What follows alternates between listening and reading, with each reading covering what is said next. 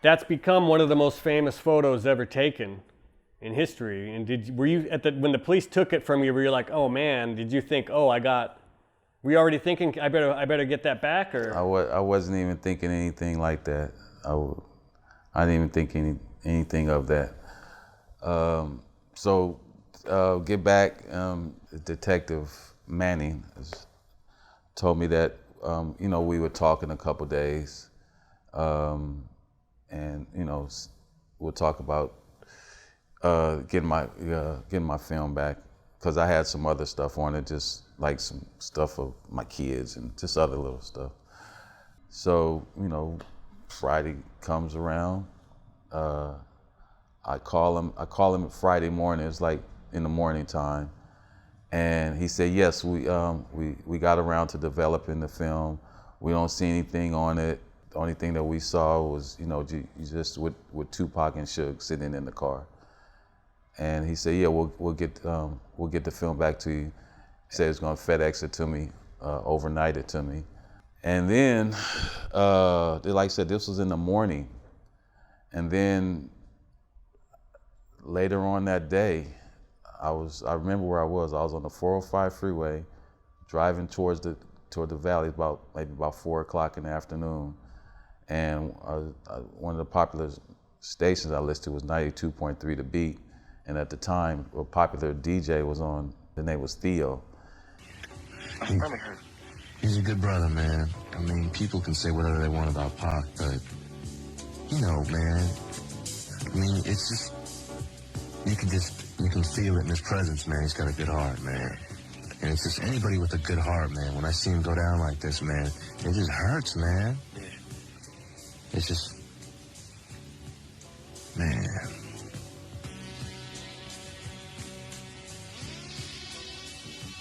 Man, what do you think? I can't think, homie. And he came on and came on the air and said that Tupac had just died. And I was like, wow. And I was kind of like taken aback, and it was like some traffic on the freeway. And I remember I was approaching Santa Monica Boulevard on northbound on the 405, and I just like, wow. And I just had a flashback of that night, of everything that transpired. And then all of a sudden, he died. And, I didn't really think, because he had been shot before, so you just think like, oh, well, he's, he a trooper, but over the course of the week, they were saying he was, he was unconscious, and, so I just thought that was a process, eventually he was gonna make it through. And unfortunately he didn't. It took me aback. It took me back because, like I said, I was there.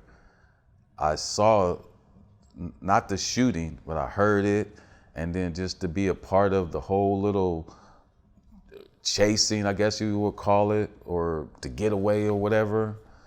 And then to be, pulled out my car, and I was still in my Suburban. I was driving my Suburban.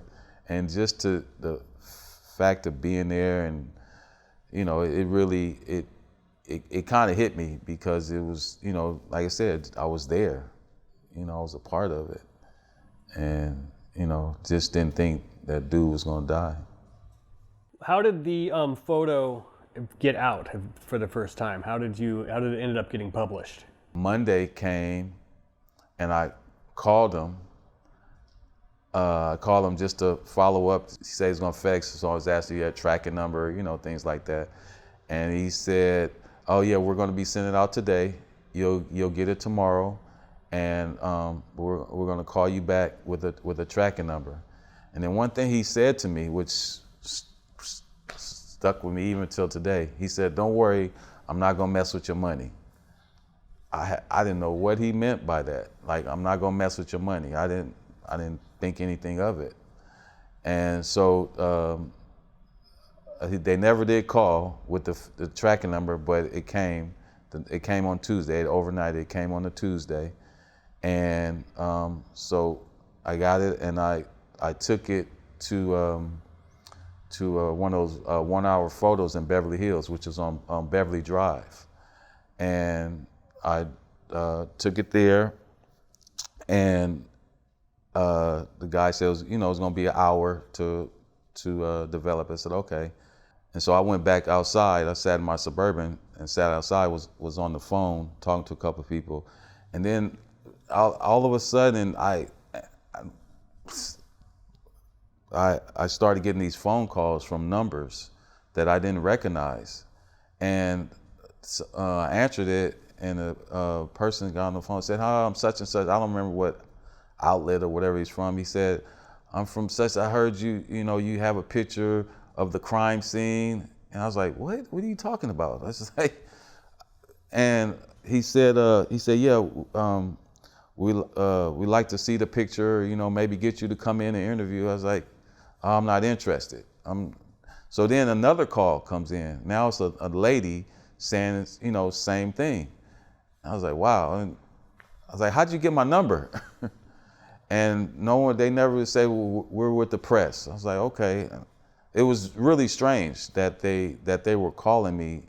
And so now an hour went by, so I went back in to get the picture, and the guy, he said, "Oh, Tupac." The guy that developed it, he said, "Oh, it's Tupac." I said, "Yeah." And so then I paid for it, and then I got another call, and I just hung up the phone. I just stopped taking calls if I didn't recognize the number. I just didn't, take the call. So I called an attorney that I used to deal with. He's a criminal attorney. Unfortunately, I had some dealings with some criminal stuff in the past. So I contacted him, and I told him what was going on, and he said, "Oh, that's interesting." And then he said, "All right, I'm going to call you back." So a couple hours went by. He called me and said, "Oh, I got an entertainment attorney that you could talk to. I've already talked to him. He's waiting for your call." So I said, "Okay." So I contacted him, and he said, "My office is on Sunset. If you want to, you could come in and talk to me." And I said, "Okay." And his office was literally right next door to the Comedy Store. So I showed him the picture, and he said, "Wow, it's an interesting picture." And he said, "How long did you take this picture?" I said, "It was like maybe a minute or two before he got shot." And he said, "Wow." And so he said, I have a close friend that I work with, and I'm going to give him a call." He called. It was Keith Clinksdale, who Keith was the Vibe publisher, Vibe magazine, which Quincy Jones owned. So he called him, and he happened to be in town, so he came up to the office. I was in the office for quite a while. Keith came up to the office, talked to him, told him the story, and I showed him the picture as well. And he said, "Hold on a second, I gotta make a phone call." So he went into the other office, took the picture, went into the other office, and made a phone call. And he came back in. He said, "Yeah, that's the real deal." And he said he called Kidada. Kidada's the one that he called, and she's the one that verified what he had on, because he was off the picture. He had like the tank top, whatever, and she confirmed what he had on, because he just wanted to verify if that's what he had on, or if this was authentic. Make sure it wasn't an older photo from some other night or whatever. Exactly. Yeah. So while we were waiting for Keith to come, there were other people calling me. There were other agencies calling me, and I said, "Well, here, I'll have an attorney now. You could talk to him." Inquiry was down the street, was about maybe a mile or so away. So they brought like about 5 or 6 people in, looking at it like, oh, they were, oohing and ahhing over it. After that, we drove back to the office, and Keith showed up, and that's how that whole thing went. We let Vibe magazine publish the picture first, and after that, there was another agency, Corbis. Corbis actually was Outline, and then course, it was Outline Press. And they're the ones that handled the distributing of the picture. Corbis is how you and I met. Because Was Corbis isn't around anymore. They got bought up, I think, by Like Bill Getty. Gates, yeah. Yeah. So Corbis was one of the photo agencies like Getty Images, Yeah. or people like me, documentary filmmakers or magazines or whoever can go and license photos. Yes, sir. Celebrities and whatever. Yeah. A bunch of, I mean, they have millions and millions of photos. Yeah. So Corbis, yeah. And so you reached out to me because you would get your quarterly report and you would see who had licensed it, and you saw the name of this movie, Murder Rap, and you're like, oh, what's that about? Yeah. And that's how we got in touch with each other. But there was one thing that I really didn't do. I didn't do any live media.